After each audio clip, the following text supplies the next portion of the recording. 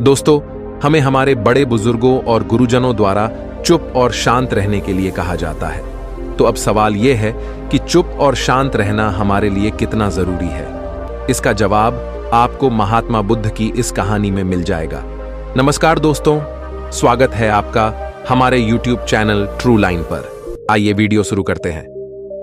एक समय की बात है जब एक आश्रम में बौद्ध गुरु और उनके शिष्य रहते थे।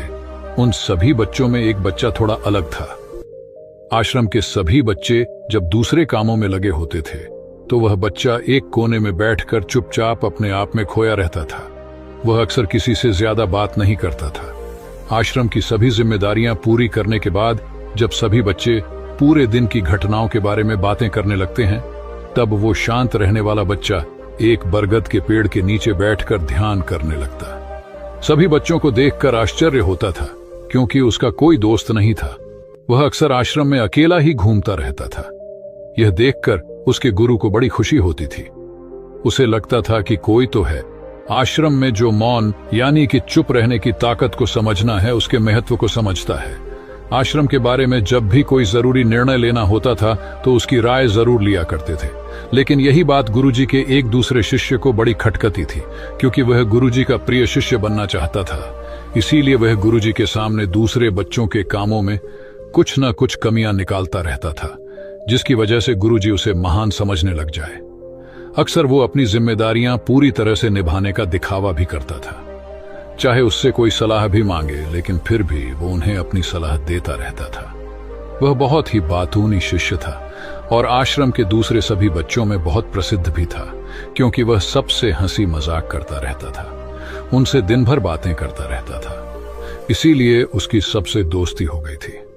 लेकिन जब आश्रम के गुरु उसकी राय न लेकर दूसरे बच्चे की राय लेते थे तो ये बात उसे बड़ी खटकती थी। उसे यह लगता था कि वह उस दूसरे बच्चे से ज्यादा बुद्धिमान है। लेकिन गुरुजी फिर भी उस कम बोलने वाले शिष्य की तरफदारी करते हैं। ऐसा नहीं था कि गुरुजी को बातूनी शिष्य के स्वभाव के बारे में पता नहीं था, लेकिन गुरुजी उसे अपने तरीके से सीख देना चाहते थे, ताकि उसकी ज्यादा बोलने की आदत, दिखावा करने की आदत, दूसरों में कमियां निकालने की आदत हमेशा हमेशा के लिए खत्म हो जाए और वह मौन रहकर ध्यान की गहराइयों को समझे। असल में हर सच्चे गुरु की यही इच्छा होती है। वो किसी न किसी तरीके से उस बातूनी शिष्य को यह एहसास कराना चाहते थे कि चुप रहने से ही वह असीम सत्य को जान सकता है। उस विराट का एहसास चुप होकर ही किया जा सकता है। एक दिन गुरुजी को एक तरीका सूझा। उन्होंने आश्रम के सभी बच्चों को अपने पास बुलाया और कहा कि मैं तुम सभी को दो दो हिस्सों में बांटकर अलग अलग गांवों में भिक्षा मांगने के लिए भेज रहा, और जो भी दो बच्चे सबसे ज्यादा भिक्षा मांग कर लाएंगे, उन दोनों को आश्रम की सभी जिम्मेदारियां निभाने का मौका दिया जाएगा। अपनी बात को जारी रखते हुए गुरुजी ने बताया कि भिक्षा मांगने से हमारा अहंकार भी खत्म होता है। इसीलिए हर शिष्य पूरे मन से भिक्षा मांगे। कोई भी इस काम को सिर्फ दिखावा करने के लिए न करे, वरना वह अपने जीवन का बहुत बड़ा ज्ञान पाने का मौका खो देगा। आश्रम के गुरुजी ने जानबूझकर बातूनी शिष्य और चुप रहने वाले शिष्य की जोड़ी बना दिया। बातूनी शिष्य के मन में सिर्फ एक ही बात चल रही थी कि इस बार उसे मौका मिला है और इस बार वह गुरुजी को दिखा देगा कि वह चुप रहने वाले शिष्य से कितना ज्यादा बेहतर है। दोनों शिष्यों ने आपस में अपनी सहमति से निर्णय लिया कि दोनों गांव के अलग अलग जगह से भिक्षा मांगना शुरू करेंगे, ताकि भिक्षा मांगने का काम जल्दी खत्म किया जा सके। चुप रहने वाला शिष्य हर द्वार पर जाकर अपने हाथ जोड़कर अपना भिक्षा का पात्र उनके सामने कर देता। उसके चेहरे पर एक सादगी और उसकी आंखों में एक एकांत होता था, जिससे भिक्षा देने वाले उसे भिक्षा देकर अपने आप संतुष्ट समझते थे। वहीं पर दूसरा बातूनी शिष्य हर द्वार पर जाकर उनको कुछ ना कुछ ज्ञान देने लगता था, जिसकी वजह से ज्यादातर लोग उसे बिना भिक्षा दिए ही लौटा देते थे।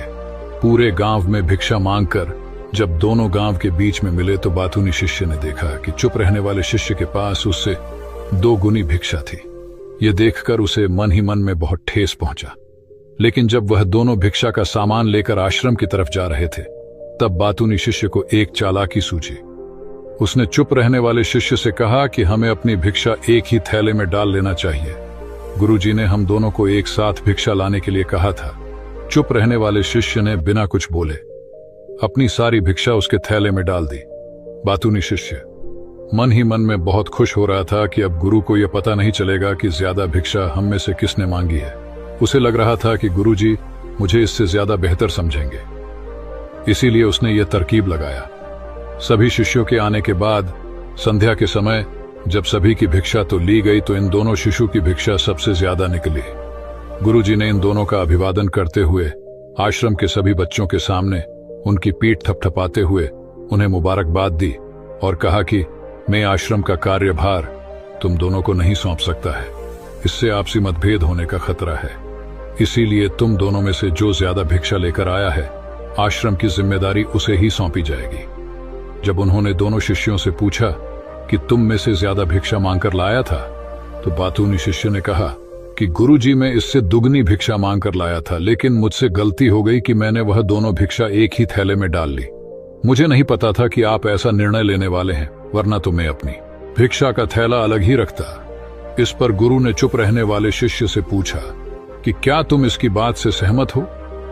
क्या तुम इससे कम भिक्षा लेकर आए थे? यह सुनकर चुप रहने वाले शिष्य ने कहा कि गुरुजी मेरे पास ऐसा कोई भी साधन नहीं है जिससे मैं यह साबित कर पाऊं कि मैं इससे ज्यादा भिक्षा लेकर आया था। असल में ये उल्टा बोल रहा है, दुगनी भिक्षा में लेकर आया था, ये मुझसे आधी भिक्षा लेकर आया था, और इसीलिए ही मुझसे भिक्षा एक थैले में डालने की बात कहा था।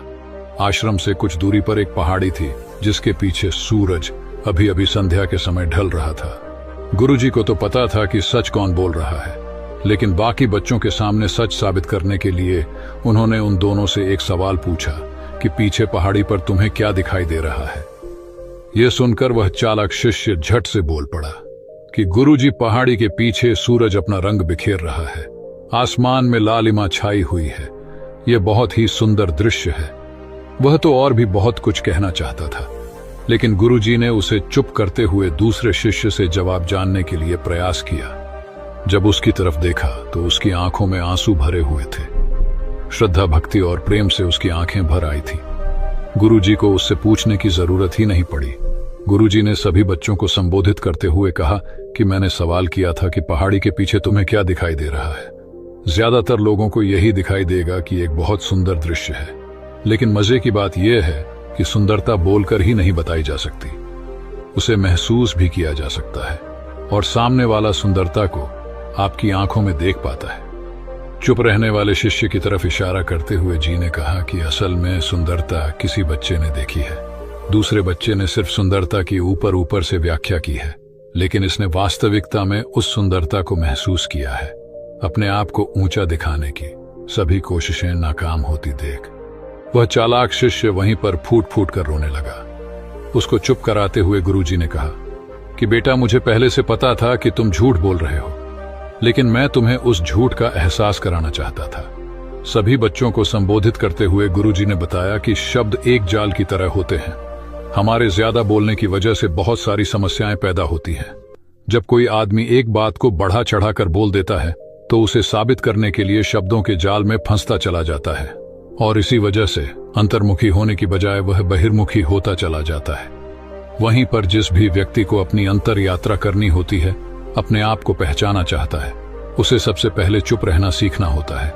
जरूरत से ज्यादा बोलना या फिर हर वक्त बोलते ही रहना, यह सब हमारी अंतर यात्रा में बाधा बन जाती है। जब आप चुप रहने का अभ्यास करते हैं तो आप अपने साथ वक्त बिताने लगते हैं, जिससे कि आप अपने एकांत को जान पाते हैं।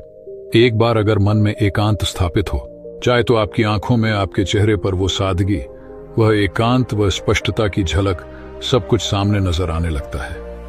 कुछ साबित करने को नहीं रह जाता, कुछ बताने को नहीं रह जाता, सब कुछ आंखों में देखा जा सकता है। चुप रहने वाले शिष्य की तरफ इशारा करते हुए गुरुजी ने कहा कि अभी जो दृश्य है इस बच्चे ने देखा, वह ज्यादा बोलने वाला आदमी कभी नहीं देख पाएगा। वह अपनी बुद्धि से तर्क वितर्क करता रहेगा कि उसे क्या क्या दिखाई दे रहा है। किलो उसमें से वह महसूस कुछ भी नहीं कर पाएगा। उसे दिखाई दे जाएंगे तो सिर्फ पहाड़, सूरज या फिर उसकी लालिमा, लेकिन उस सुंदरता को, उस विराट को, उस अद्वैत को वह कभी नहीं देख पाएगा। अगर चुप रहने की कला सीखनी है तो तुम्हें सबसे पहले एक बात ध्यान रखनी होगी कि तुम्हें किसी को भी बिना वजह खुश करने की कोशिश नहीं करनी है। ज्यादातर लोग इसी वजह से ज्यादा बोलते हैं क्योंकि वह दूसरों को खुश करना चाहते हैं। अपने आप को साबित करना चाहते हैं। उस साबित करने के चक्कर में वह शब्दों के जाल में फंसते ही चले जाते हैं और धीरे धीरे वहीं उनकी आदत बन जाती है। अगर कोई व्यक्ति दूसरों को खुश करना चाहता है तो वह कितने लोगों को खुश कर पाएगा, उसकी यह भूख बढ़ती ही जाएगी और वही संसार में सभी को कभी भी खुश नहीं कर पाएगा। इसलिए यह समझने की बात होती है कि बहिर्मुखी होने की बजाय हम अंतर्मुखी होकर अपने आप को समझ सकते हैं। अपनी बातों को खत्म करते हुए गुरुजी ने अपना आखिरी संदेश दिया। उन्होंने बताया कि अगर कोई व्यक्ति ज्यादा समय तक चुप नहीं रह सकता तो उसे थोड़े समय के लिए अभ्यास करना चाहिए। निश्चित संकल्प लेकर किसी वृद्ध की तरह दिन में कुछ समय या फिर हफ्ते में कुछ समय या फिर एक दिन चुप रहने का अभ्यास जरूर किया जाना चाहिए।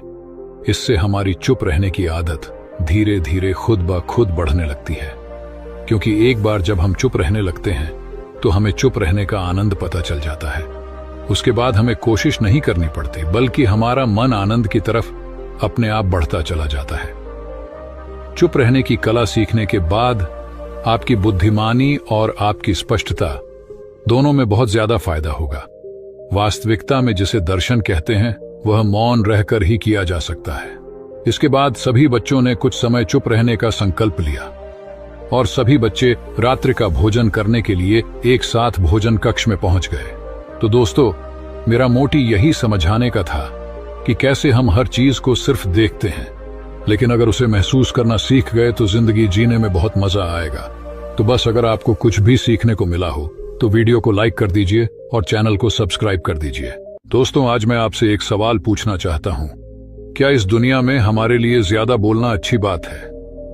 कहीं ना कहीं ज्यादातर लोग इसी वजह से ज्यादा बोलते हैं, क्योंकि वह दूसरों के सामने अपने आप को अच्छा दिखाना चाहते हैं, दूसरों के सामने खुद को साबित करना चाहते हैं। तो इस सवाल का जवाब हम एक कहानी के माध्यम से समझेंगे। एक समय की बात है जब एक आश्रम में बौद्ध गुरु और उनके शिष्य रहते थे। उन सभी बच्चों में एक बच्चा थोड़ा अलग था। आश्रम के सभी बच्चे जब दूसरे कामों में लगे होते थे तो वह बच्चा एक कोने में बैठकर चुपचाप अपने आप में खोया रहता था। वह अक्सर किसी से ज्यादा बात नहीं करता था। आश्रम की सभी जिम्मेदारियां पूरी करने के बाद जब सभी बच्चे पूरे दिन की घटनाओं के बारे में बातें करने लगते हैं, तब वो शांत रहने वाला बच्चा एक बरगद के पेड़ के नीचे बैठकर ध्यान करने लगता। सभी बच्चों को देखकर आश्चर्य होता था, क्योंकि उसका कोई दोस्त नहीं था। वह अक्सर आश्रम में अकेला ही घूमता रहता था। यह देखकर उसके गुरु को बड़ी खुशी होती थी। उसे लगता था कि कोई तो है आश्रम में जो मौन यानी कि चुप रहने की ताकत को समझना है, उसके महत्व को समझता है। आश्रम के बारे में जब भी कोई जरूरी निर्णय लेना होता था तो उसकी राय जरूर लिया करते थे। लेकिन यही बात गुरुजी के एक दूसरे शिष्य को बड़ी खटकती थी, क्योंकि वह गुरुजी का प्रिय शिष्य बनना चाहता था। इसीलिए वह गुरुजी के सामने दूसरे बच्चों के कामों में कुछ न कुछ कमियां निकालता रहता था, जिसकी वजह से गुरुजी उसे महान समझने लग जाए। अक्सर वो अपनी जिम्मेदारियां पूरी तरह से निभाने का दिखावा भी करता था, चाहे उससे कोई सलाह भी मांगे, लेकिन फिर भी वो उन्हें अपनी सलाह देता रहता था। वह बहुत ही बातूनी शिष्य था और आश्रम के दूसरे सभी बच्चों में बहुत प्रसिद्ध भी था, क्योंकि वह सबसे हंसी मजाक करता रहता था, उनसे दिन भर बातें करता रहता था। इसीलिए उसकी सबसे दोस्ती हो गई थी। लेकिन जब आश्रम के गुरु उसकी राय न लेकर दूसरे बच्चे की राय लेते थे तो यह बात उसे बड़ी खटकती थी। उसे यह लगता था कि वह उस दूसरे बच्चे से ज्यादा बुद्धिमान है। लेकिन गुरुजी फिर भी उस कम बोलने वाले शिष्य की तरफदारी करते हैं।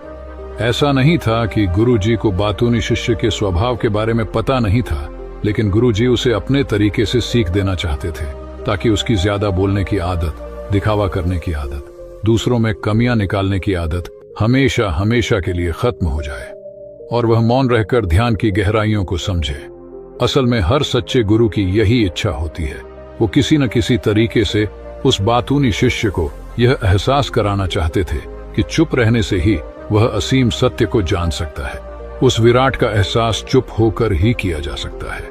एक दिन गुरुजी को एक तरीका सूझा। उन्होंने आश्रम के सभी बच्चों को अपने पास बुलाया और कहा कि मैं तुम सभी को दो दो हिस्सों में बांटकर अलग अलग गांवों में भिक्षा मांगने के लिए भेज रहा, और जो भी दो बच्चे सबसे ज्यादा भिक्षा मांग कर लाएंगे उन दोनों को आश्रम की सभी जिम्मेदारियां निभाने का मौका दिया जाएगा। अपनी बात को जारी रखते हुए गुरुजी ने बताया कि भिक्षा मांगने से हमारा अहंकार भी खत्म होता है, इसीलिए हर शिष्य पूरे मन से भिक्षा मांगे। कोई भी इस काम को सिर्फ दिखावा करने के लिए न करे, वरना वह अपने जीवन का बहुत बड़ा ज्ञान पाने का मौका खो देगा। आश्रम के गुरुजी ने जानबूझकर बातूनी शिष्य और चुप रहने वाले शिष्य की जोड़ी बना दिया। बातूनी शिष्य के मन में सिर्फ एक ही बात चल रही थी कि इस बार उसे मौका मिला है और इस बार वह गुरुजी को दिखा देगा कि वह चुप रहने वाले शिष्य से कितना ज्यादा बेहतर है। दोनों शिष्यों ने आपस में अपनी सहमति से निर्णय लिया कि दोनों गांव के अलग अलग जगह से भिक्षा मांगना शुरू करेंगे, ताकि भिक्षा मांगने का काम जल्दी खत्म किया जा सके। चुप रहने वाला शिष्य हर द्वार पर जाकर अपने हाथ जोड़कर अपना भिक्षा का पात्र उनके सामने कर देता। उसके चेहरे पर एक सादगी और उसकी आंखों में एक एकांत होता था, जिससे भिक्षा देने वाले उसे भिक्षा देकर अपने आप संतुष्ट समझते थे। वहीं पर दूसरा बातूनी शिष्य हर द्वार पर जाकर उनको कुछ ना कुछ ज्ञान देने लगता था, जिसकी वजह से ज्यादातर लोग उसे बिना भिक्षा दिए ही लौटा देते थे। पूरे गांव में भिक्षा मांगकर जब दोनों गांव के बीच में मिले तो बातूनी शिष्य ने देखा कि चुप रहने वाले शिष्य के पास उससे 2 गुनी भिक्षा थी। यह देखकर उसे मन ही मन में बहुत ठेस पहुंचा। लेकिन जब वह दोनों भिक्षा का सामान लेकर आश्रम की तरफ जा रहे थे, तब बातूनी शिष्य को एक चालाकी सूझी। उसने चुप रहने वाले शिष्य से कहा कि हमें अपनी भिक्षा एक ही थैले में डाल लेना चाहिए। गुरुजी ने हम दोनों को एक साथ भिक्षा लाने के लिए कहा था। चुप रहने वाले शिष्य ने बिना कुछ बोले अपनी सारी भिक्षा उसके थैले में डाल दी। बातूनी शिष्य मन ही मन में बहुत खुश हो रहा था कि अब गुरु को यह पता नहीं चलेगा कि ज्यादा भिक्षा हम में से किसने मांगी है।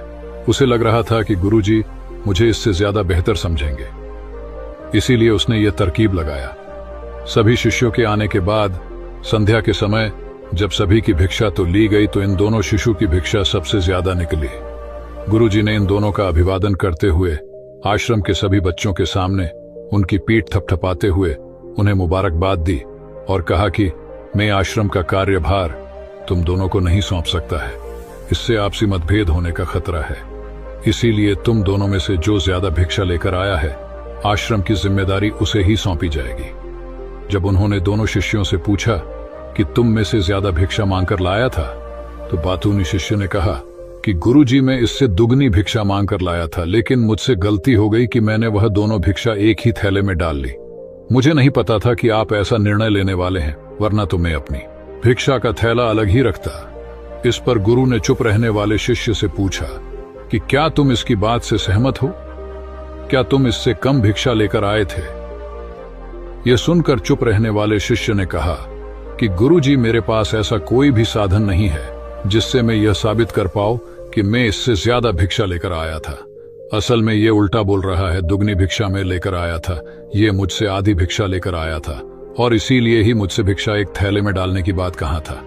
आश्रम से कुछ दूरी पर एक पहाड़ी थी जिसके पीछे सूरज अभी अभी संध्या के समय ढल रहा था। गुरुजी को तो पता था कि सच कौन बोल रहा है, लेकिन बाकी बच्चों के सामने सच साबित करने के लिए उन्होंने उन दोनों से एक सवाल पूछा कि पीछे पहाड़ी पर तुम्हें क्या दिखाई दे रहा है? यह सुनकर वह चालाक शिष्य झट से बोल पड़ा कि गुरुजी पहाड़ी के पीछे सूरज अपना रंग बिखेर रहा है, आसमान में लालिमा छाई हुई है, यह बहुत ही सुंदर दृश्य है। वह तो और भी बहुत कुछ कहना चाहता था, लेकिन गुरुजी ने उसे चुप करते हुए दूसरे शिष्य से जवाब जानने के लिए प्रयास किया। जब उसकी तरफ देखा तो उसकी आंखों में आंसू भरे हुए थे। श्रद्धा, भक्ति और प्रेम से उसकी आंखें भर आई थी। गुरुजी को उससे पूछने की जरूरत ही नहीं पड़ी। गुरुजी ने सभी बच्चों को संबोधित करते हुए कहा कि मैंने सवाल किया था कि पहाड़ी के पीछे तुम्हें क्या दिखाई दे रहा है। ज्यादातर लोगों को यही दिखाई देगा कि एक बहुत सुंदर दृश्य है, लेकिन मजे की बात यह है कि सुंदरता बोलकर ही नहीं बताई जा सकती, उसे महसूस भी किया जा सकता है और सामने वाला सुंदरता को आपकी आंखों में देख पाता है। चुप रहने वाले शिष्य की तरफ इशारा करते हुए जी ने कहा कि असल में सुंदरता किसी बच्चे ने देखी है, दूसरे बच्चे ने सिर्फ सुंदरता की ऊपर ऊपर से व्याख्या की है, लेकिन इसने वास्तविकता में उस सुंदरता को महसूस किया है। अपने आप को ऊंचा दिखाने की सभी कोशिशें नाकाम होती देख वह चालाक शिष्य वहीं पर फूट फूट कर रोने लगा। उसको चुप कराते हुए गुरुजी ने कहा कि बेटा, मुझे पहले से पता था कि तुम झूठ बोल रहे हो। लेकिन मैं तुम्हें उस झूठ का एहसास कराना चाहता था। सभी बच्चों को संबोधित करते हुए गुरुजी ने बताया कि शब्द एक जाल की तरह होते हैं। हमारे ज्यादा बोलने की वजह से बहुत सारी समस्याएं पैदा होती हैं। जब कोई आदमी एक बात को बढ़ा चढ़ाकर बोल देता है तो उसे साबित करने के लिए शब्दों के जाल में फंसता चला जाता है, और इसी वजह से अंतर्मुखी होने की बजाय वह बहिर्मुखी होता चला जाता है। वहीं पर जिस भी व्यक्ति को अपनी अंतर यात्रा करनी होती है, अपने आप को पहचाना चाहता है, उसे सबसे पहले चुप रहना सीखना होता है। जरूरत से ज्यादा बोलना या फिर हर वक्त बोलते ही रहना, यह सब हमारी अंतर यात्रा में बाधा बन जाती है। जब आप चुप रहने का अभ्यास करते हैं तो आप अपने साथ वक्त बिताने लगते हैं, जिससे कि आप अपने एकांत को जान पाते हैं। एक बार अगर मन में एकांत स्थापित हो जाए तो आपकी आंखों में, आपके चेहरे पर वो सादगी, वह एकांत, वह स्पष्टता की झलक, सब कुछ सामने नजर आने लगता है। कुछ साबित करने को नहीं रह जाता, कुछ बताने को नहीं रह जाता, सब कुछ आंखों में देखा जा सकता है। चुप रहने वाले शिष्य की तरफ इशारा करते हुए गुरुजी ने कहा कि अभी जो दृश्य है इस बच्चे ने देखा, वह ज्यादा बोलने वाला आदमी कभी नहीं देख पाएगा। वह अपनी बुद्धि से तर्क वितर्क करता रहेगा कि उसे क्या क्या दिखाई दे रहा है। खिलो उसमें से वह महसूस कुछ भी नहीं कर पाएगा। उसे दिखाई दे जाएंगे तो सिर्फ पहाड़, सूरज या फिर उसकी लालिमा, लेकिन उस सुंदरता को, उस विराट को, उस अद्वैत को वह कभी नहीं देख पाएगा। अगर चुप रहने की कला सीखनी है तो तुम्हें सबसे पहले एक बात ध्यान रखनी होगी कि तुम्हें किसी को भी बिना वजह खुश करने की कोशिश नहीं करनी है। ज्यादातर लोग इसी वजह से ज्यादा बोलते हैं क्योंकि वह दूसरों को खुश करना चाहते हैं, अपने आप को साबित करना चाहते हैं। उस साबित करने के चक्कर में वह शब्दों के जाल में फंसते ही चले जाते हैं और धीरे धीरे वहीं उनकी आदत बन जाती है। अगर कोई व्यक्ति दूसरों को खुश करना चाहता है तो वह कितने लोगों को खुश कर पाएगा, उसकी यह भूख बढ़ती ही जाएगी और वही संसार में सभी को कभी भी खुश नहीं कर पाएगा। इसलिए यह समझने की बात होती है कि बहिर्मुखी होने की बजाय हम अंतर्मुखी होकर अपने आप को समझ सकते हैं। अपनी बातों को खत्म करते हुए गुरुजी ने अपना आखिरी संदेश दिया। उन्होंने बताया कि अगर कोई व्यक्ति ज्यादा समय तक चुप नहीं रह सकता तो उसे थोड़े समय के लिए अभ्यास करना चाहिए। निश्चित संकल्प लेकर किसी वृद्ध की तरह दिन में कुछ समय या फिर हफ्ते में कुछ समय या फिर एक दिन चुप रहने का अभ्यास जरूर किया जाना चाहिए। इससे हमारी चुप रहने की आदत धीरे धीरे खुद ब खुद बढ़ने लगती है, क्योंकि एक बार जब हम चुप रहने लगते हैं तो हमें चुप रहने का आनंद पता चल जाता है। उसके बाद हमें कोशिश नहीं करनी पड़ती, बल्कि हमारा मन आनंद की तरफ अपने आप बढ़ता चला जाता है। चुप रहने की कला सीखने के बाद आपकी बुद्धिमानी और आपकी स्पष्टता दोनों में बहुत ज्यादा फायदा होगा। वास्तविकता में जिसे दर्शन कहते हैं वह मौन रहकर ही किया जा सकता है। इसके बाद सभी बच्चों ने कुछ समय चुप रहने का संकल्प लिया और सभी बच्चे रात्रि का भोजन करने के लिए एक साथ भोजन कक्ष में पहुंच गए। तो दोस्तों, मेरा मोटिव यही समझाने का था कि कैसे हम हर चीज को सिर्फ देखते हैं, लेकिन अगर उसे महसूस करना सीख गए तो जिंदगी जीने में बहुत मजा आएगा। तो बस अगर आपको कुछ भी सीखने को मिला हो तो वीडियो को लाइक कर दीजिए और चैनल को सब्सक्राइब कर दीजिए। दोस्तों, आज मैं आपसे एक सवाल पूछना चाहता हूं। क्या इस दुनिया में हमारे लिए ज्यादा बोलना अच्छी बात है? कहीं ना कहीं ज्यादातर लोग इसी वजह से ज्यादा बोलते हैं क्योंकि वह दूसरों के सामने अपने आप को अच्छा दिखाना चाहते हैं, दूसरों के सामने खुद को साबित करना चाहते हैं। तो इस सवाल का जवाब हम एक कहानी के माध्यम से समझेंगे। एक समय की बात है जब एक आश्रम में बौद्ध गुरु और उनके शिष्य रहते थे। उन सभी बच्चों में एक बच्चा थोड़ा अलग था। आश्रम के सभी बच्चे जब दूसरे कामों में लगे होते थे तो वह बच्चा एक कोने में बैठकर चुपचाप अपने आप में खोया रहता था। वह अक्सर किसी से ज्यादा बात नहीं करता था। आश्रम की सभी जिम्मेदारियां पूरी करने के बाद जब सभी बच्चे पूरे दिन की घटनाओं के बारे में बातें करने लगते हैं, तब वो शांत रहने वाला बच्चा एक बरगद के पेड़ के नीचे बैठकर ध्यान करने लगता। सभी बच्चों को देखकर आश्चर्य होता था क्योंकि उसका कोई दोस्त नहीं था। वह अक्सर आश्रम में अकेला ही घूमता रहता था। यह देखकर उसके गुरु को बड़ी खुशी होती थी। उसे लगता था कि कोई तो है आश्रम में जो मौन यानी कि चुप रहने की ताकत को समझना है, उसके महत्व को समझता है। आश्रम के बारे में जब भी कोई जरूरी निर्णय लेना होता था तो उसकी राय जरूर लिया करते थे।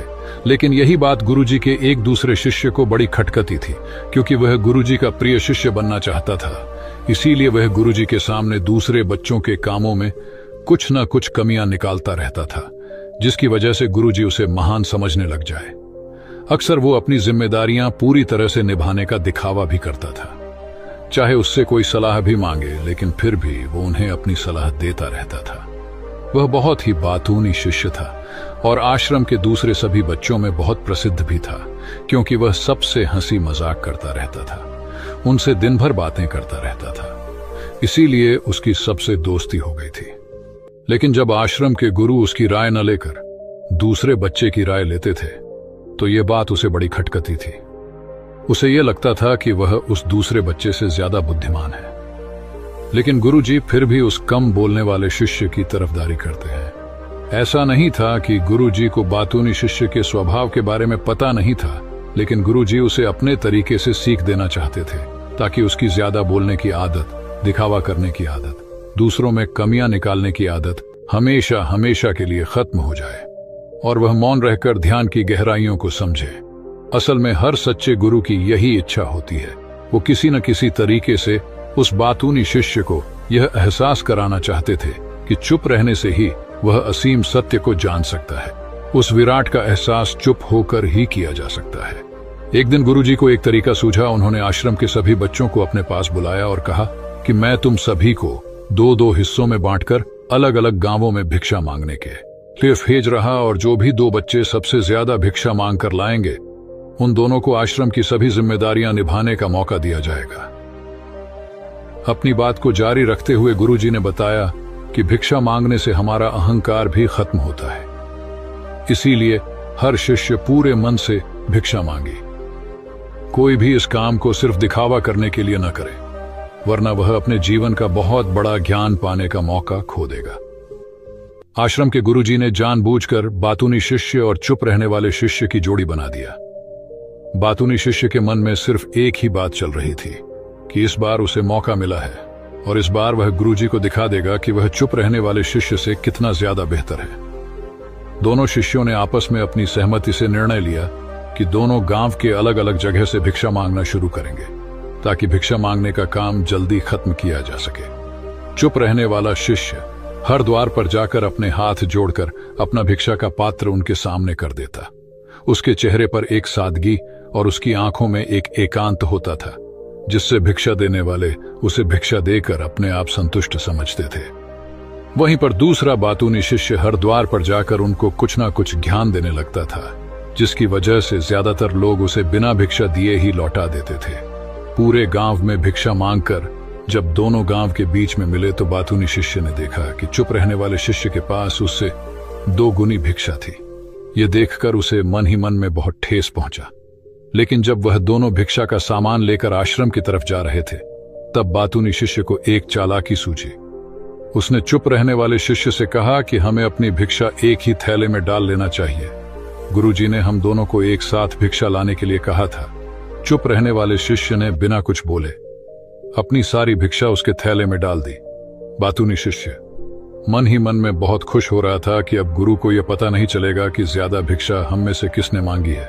उसे लग रहा था कि गुरुजी मुझे इससे ज्यादा बेहतर समझेंगे, इसीलिए उसने यह तरकीब लगाया।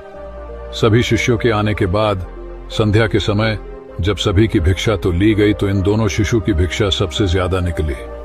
गुरुजी ने इन दोनों का अभिवादन करते हुए आश्रम के सभी बच्चों के सामने उनकी पीठ थपथपाते हुए उन्हें मुबारकबाद दी और कहा कि मैं आश्रम का कार्यभार तुम दोनों को नहीं सौंप सकता है, इससे आपसी मतभेद होने का खतरा है। इसीलिए तुम दोनों में से जो ज्यादा भिक्षा लेकर आया है, आश्रम की जिम्मेदारी उसे ही सौंपी जाएगी। जब उन्होंने दोनों शिष्यों से पूछा कि तुम में से ज्यादा भिक्षा मांगकर लाया था, तो बातूनी शिष्य ने कहा कि गुरुजी मैं इससे दुगनी भिक्षा मांगकर लाया था, लेकिन मुझसे गलती हो गई कि मैंने वह दोनों भिक्षा एक ही थैले में डाल ली। मुझे नहीं पता था कि आप ऐसा निर्णय लेने वाले हैं, वरना तो मैं अपनी भिक्षा का थैला अलग ही रखता। इस पर गुरु ने चुप रहने वाले शिष्य से पूछा कि क्या तुम इसकी बात से सहमत हो?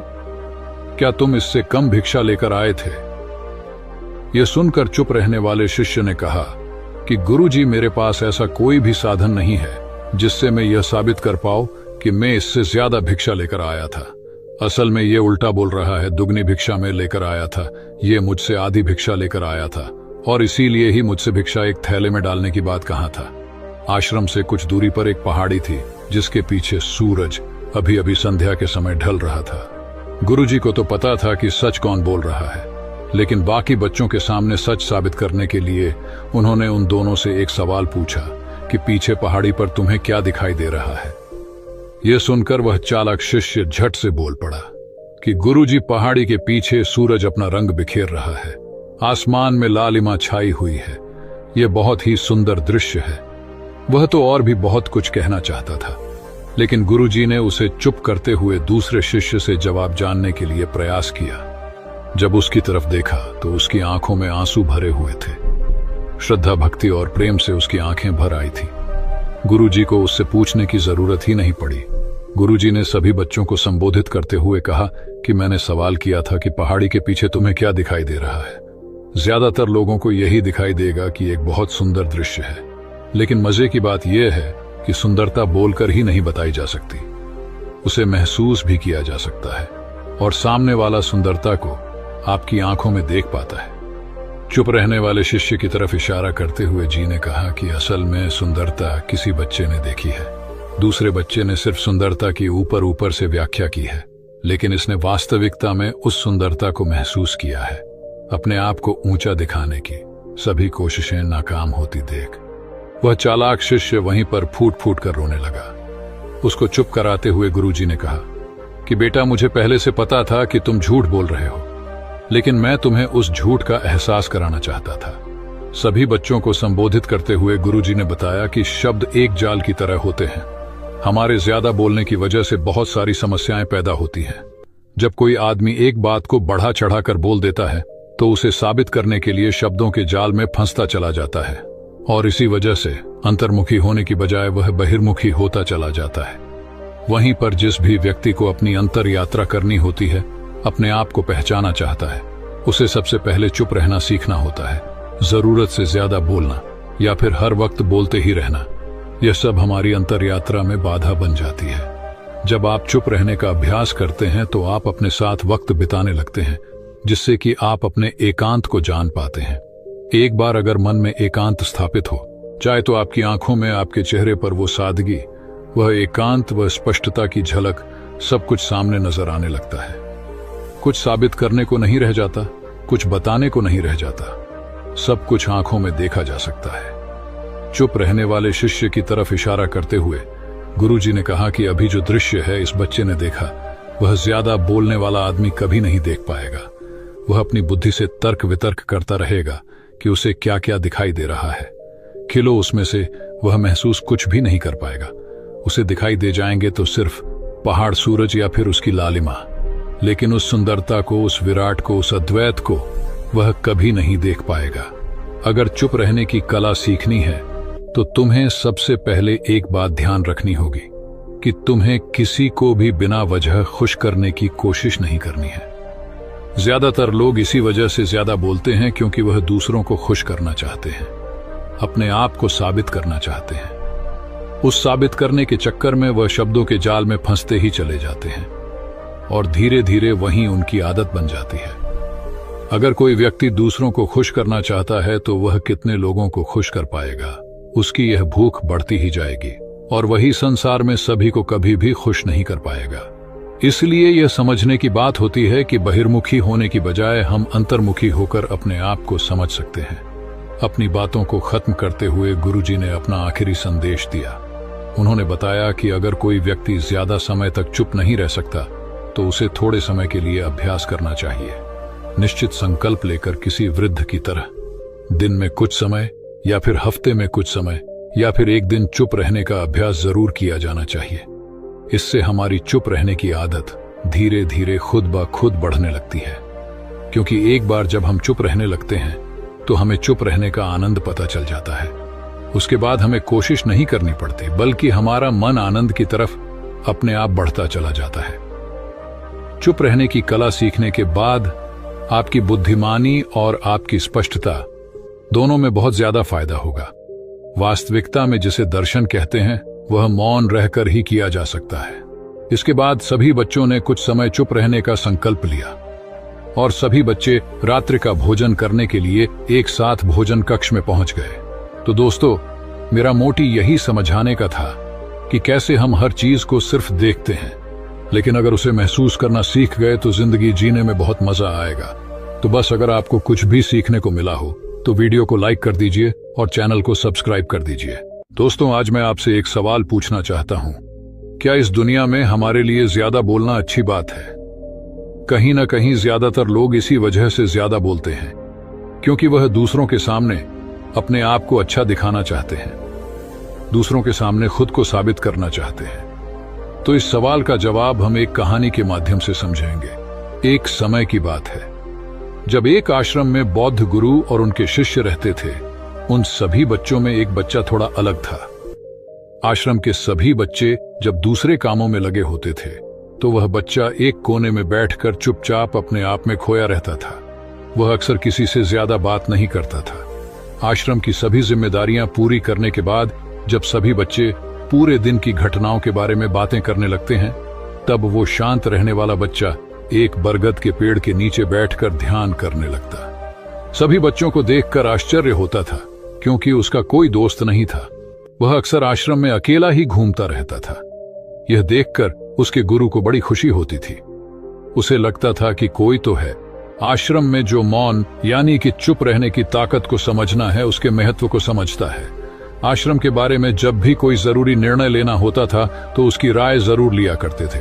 लेकिन यही बात गुरुजी के एक दूसरे शिष्य को बड़ी खटकती थी क्योंकि वह गुरुजी का प्रिय शिष्य बनना चाहता था। इसीलिए वह गुरुजी के सामने दूसरे बच्चों के कामों में कुछ न कुछ कमियां निकालता रहता था, जिसकी वजह से गुरुजी उसे महान समझने लग जाए।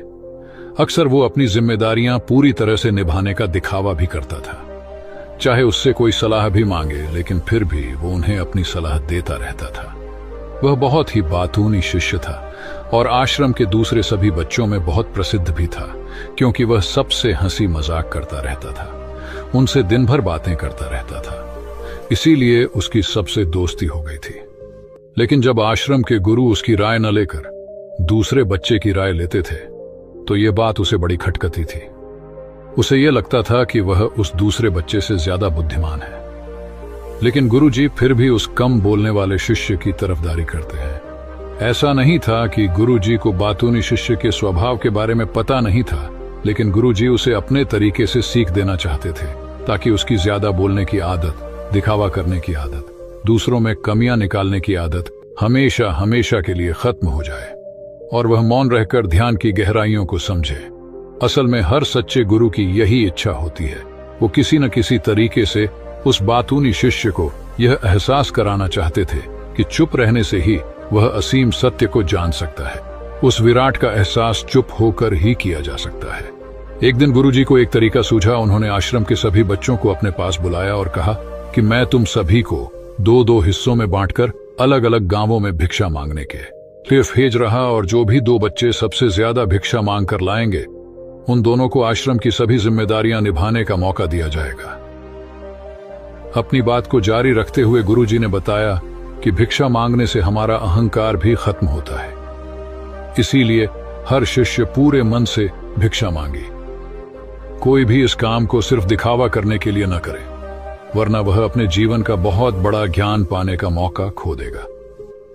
आश्रम के गुरुजी ने जानबूझकर बातूनी शिष्य और चुप रहने वाले शिष्य की जोड़ी बना दिया। बातूनी शिष्य के मन में सिर्फ एक ही बात चल रही थी कि इस बार उसे मौका मिला है और इस बार वह गुरुजी को दिखा देगा कि वह चुप रहने वाले शिष्य से कितना ज्यादा बेहतर है। दोनों शिष्यों ने आपस में अपनी सहमति से निर्णय लिया कि दोनों गांव के अलग अलग जगह से भिक्षा मांगना शुरू करेंगे ताकि भिक्षा मांगने का काम जल्दी खत्म किया जा सके। चुप रहने वाला शिष्य हर द्वार पर जाकर अपने हाथ जोड़कर अपना भिक्षा का पात्र उनके सामने कर देता। उसके चेहरे पर एक सादगी और उसकी आंखों में एक एकांत होता था, जिससे भिक्षा देने वाले उसे भिक्षा देकर अपने आप संतुष्ट समझते थे। वहीं पर दूसरा बातूनी शिष्य हर द्वार पर जाकर उनको कुछ ना कुछ ज्ञान देने लगता था, जिसकी वजह से ज्यादातर लोग उसे बिना भिक्षा दिए ही लौटा देते थे। पूरे गांव में भिक्षा मांगकर जब दोनों गांव के बीच में मिले तो बातूनी शिष्य ने देखा कि चुप रहने वाले शिष्य के पास उससे 2 गुनी भिक्षा थी। यह देखकर उसे मन ही मन में बहुत ठेस पहुंचा। लेकिन जब वह दोनों भिक्षा का सामान लेकर आश्रम की तरफ जा रहे थे, तब बातूनी शिष्य को एक चालाकी सूझी। उसने चुप रहने वाले शिष्य से कहा कि हमें अपनी भिक्षा एक ही थैले में डाल लेना चाहिए। गुरुजी ने हम दोनों को एक साथ भिक्षा लाने के लिए कहा था। चुप रहने वाले शिष्य ने बिना कुछ बोले अपनी सारी भिक्षा उसके थैले में डाल दी। बातूनी शिष्य मन ही मन में बहुत खुश हो रहा था कि अब गुरु को यह पता नहीं चलेगा कि ज्यादा भिक्षा हम में से किसने मांगी है। उसे लग रहा था कि गुरुजी मुझे इससे ज्यादा बेहतर समझेंगे, इसीलिए उसने यह तरकीब लगाया। सभी शिष्यों के आने के बाद संध्या के समय जब सभी की भिक्षा तो ली गई, तो इन दोनों शिशु की भिक्षा सबसे ज्यादा निकली।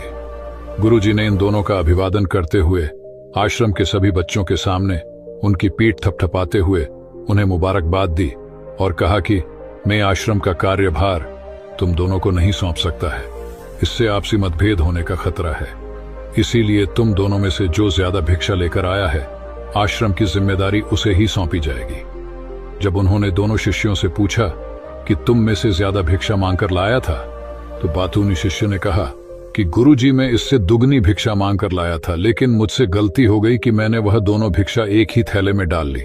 मुझे नहीं पता था कि आप ऐसा निर्णय लेने वाले हैं, वरना तो मैं अपनी भिक्षा का थैला अलग ही रखता। इस पर गुरु ने चुप रहने वाले शिष्य से पूछा कि क्या तुम इसकी बात से सहमत हो? क्या तुम इससे कम भिक्षा लेकर आए थे?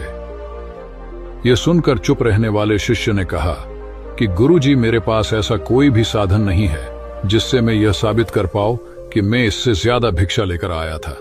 असल में ये उल्टा बोल रहा है, दुगनी भिक्षा में लेकर आया था, ये मुझसे आधी भिक्षा लेकर आया था और इसीलिए ही मुझसे भिक्षा एक थैले में डालने की बात कहा था।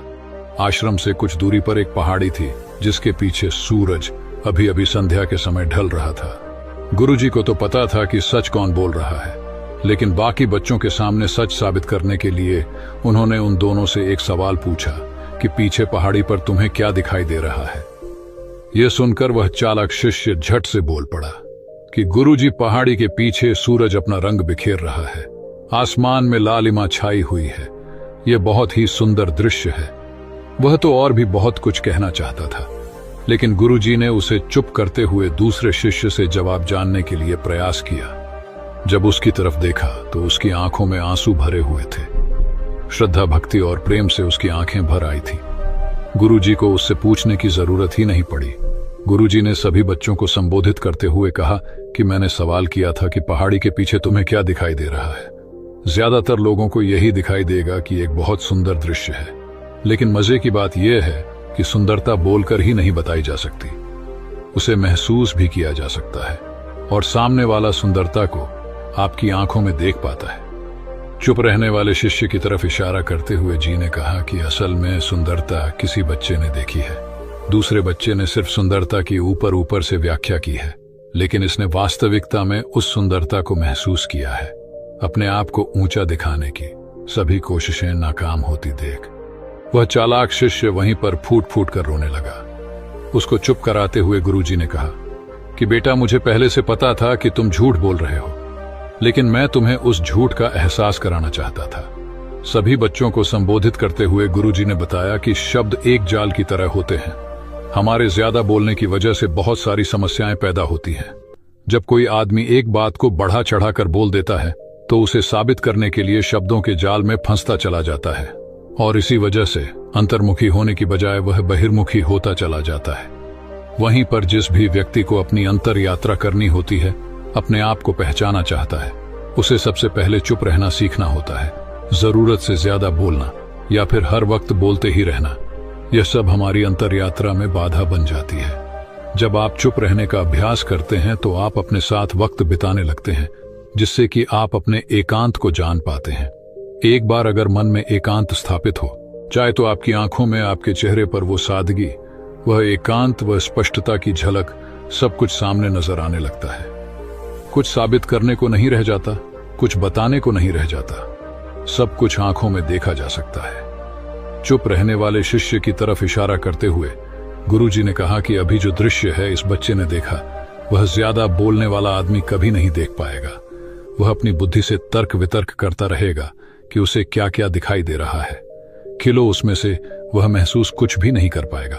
उसे दिखाई दे जाएंगे तो सिर्फ पहाड़, सूरज या फिर उसकी लालिमा, लेकिन उस सुंदरता को, उस विराट को, उस अद्वैत को वह कभी नहीं देख पाएगा।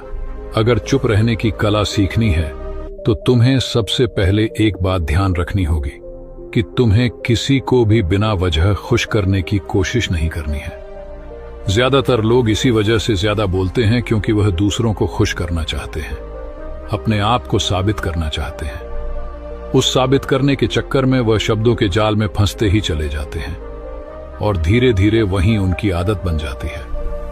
अगर कोई व्यक्ति दूसरों को खुश करना चाहता है तो वह कितने लोगों को खुश कर पाएगा, उसकी यह भूख बढ़ती ही जाएगी और वही संसार में सभी को कभी भी खुश नहीं कर पाएगा। इसलिए यह समझने की बात होती है कि बहिर्मुखी होने की बजाय हम अंतर्मुखी होकर अपने आप को समझ सकते हैं। अपनी बातों को खत्म करते हुए गुरुजी ने अपना आखिरी संदेश दिया। उन्होंने बताया कि अगर कोई व्यक्ति ज्यादा समय तक चुप नहीं रह सकता तो उसे थोड़े समय के लिए अभ्यास करना चाहिए। निश्चित संकल्प लेकर किसी वृद्ध की तरह दिन में कुछ समय या फिर हफ्ते में कुछ समय या फिर एक दिन चुप रहने का अभ्यास जरूर किया जाना चाहिए। इससे हमारी चुप रहने की आदत धीरे धीरे खुद ब खुद बढ़ने लगती है, क्योंकि एक बार जब हम चुप रहने लगते हैं तो हमें चुप रहने का आनंद पता चल जाता है। उसके बाद हमें कोशिश नहीं करनी पड़ती, बल्कि हमारा मन आनंद की तरफ अपने आप बढ़ता चला जाता है। चुप रहने की कला सीखने के बाद आपकी बुद्धिमानी और आपकी स्पष्टता दोनों में बहुत ज्यादा फायदा होगा। वास्तविकता में जिसे दर्शन कहते हैं वह मौन रहकर ही किया जा सकता है। इसके बाद सभी बच्चों ने कुछ समय चुप रहने का संकल्प लिया और सभी बच्चे रात्रि का भोजन करने के लिए एक साथ भोजन कक्ष में पहुंच गए। तो दोस्तों, मेरा मोटी यही समझाने का था कि कैसे हम हर चीज को सिर्फ देखते हैं, लेकिन अगर उसे महसूस करना सीख गए तो जिंदगी जीने में बहुत मजा आएगा। तो बस अगर आपको कुछ भी सीखने को मिला हो तो वीडियो को लाइक कर दीजिए और चैनल को सब्सक्राइब कर दीजिए। दोस्तों, आज मैं आपसे एक सवाल पूछना चाहता हूं। क्या इस दुनिया में हमारे लिए ज्यादा बोलना अच्छी बात है? कहीं ना कहीं ज्यादातर लोग इसी वजह से ज्यादा बोलते हैं क्योंकि वह दूसरों के सामने अपने आप को अच्छा दिखाना चाहते हैं, दूसरों के सामने खुद को साबित करना चाहते हैं। तो इस सवाल का जवाब हम एक कहानी के माध्यम से समझेंगे। एक समय की बात है जब एक आश्रम में बौद्ध गुरु और उनके शिष्य रहते थे। उन सभी बच्चों में एक बच्चा थोड़ा अलग था। आश्रम के सभी बच्चे जब दूसरे कामों में लगे होते थे तो वह बच्चा एक कोने में बैठकर चुपचाप अपने आप में खोया रहता था। वह अक्सर किसी से ज्यादा बात नहीं करता था।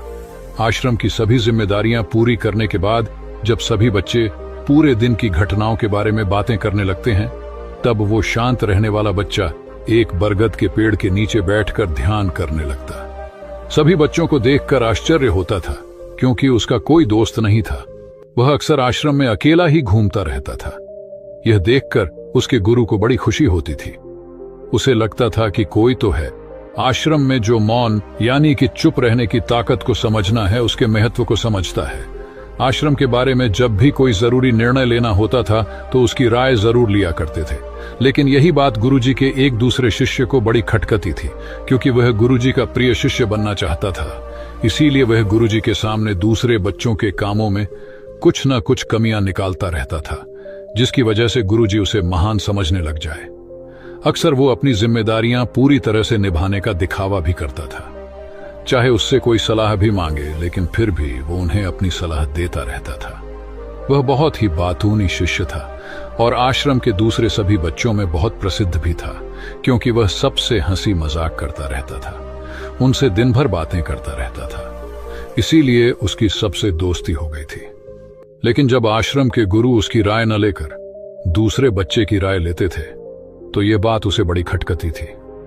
उसे यह लगता था कि वह उस दूसरे बच्चे से ज्यादा बुद्धिमान है। लेकिन गुरुजी फिर भी उस कम बोलने वाले शिष्य की तरफदारी करते हैं। ऐसा नहीं था कि गुरुजी को बातूनी शिष्य के स्वभाव के बारे में पता नहीं था, लेकिन गुरुजी उसे अपने तरीके से सीख देना चाहते थे ताकि उसकी ज्यादा बोलने की आदत, दिखावा करने की आदत, दूसरों में कमियां निकालने की आदत हमेशा हमेशा के लिए खत्म हो जाए और वह मौन रहकर ध्यान की गहराइयों को समझे। असल में हर सच्चे गुरु की यही इच्छा होती है। वो किसी न किसी तरीके से उस बातूनी शिष्य को यह एहसास कराना चाहते थे कि चुप रहने से ही वह असीम सत्य को जान सकता है। उस विराट का एहसास चुप होकर ही किया जा सकता है। उम्मीद है कि आपको यह कहानी अच्छी लगी होगी और आपने इस कहानी से कुछ सीखा होगा। अपने सुझाव हमें कमेंट बॉक्स में दीजिए और ऐसी ही ज्ञानवर्धक कहानी सुनने के लिए हमारे चैनल ट्रू लाइन को सब्सक्राइब कर लीजिए। मिलते हैं एक नई कहानी में। धन्यवाद।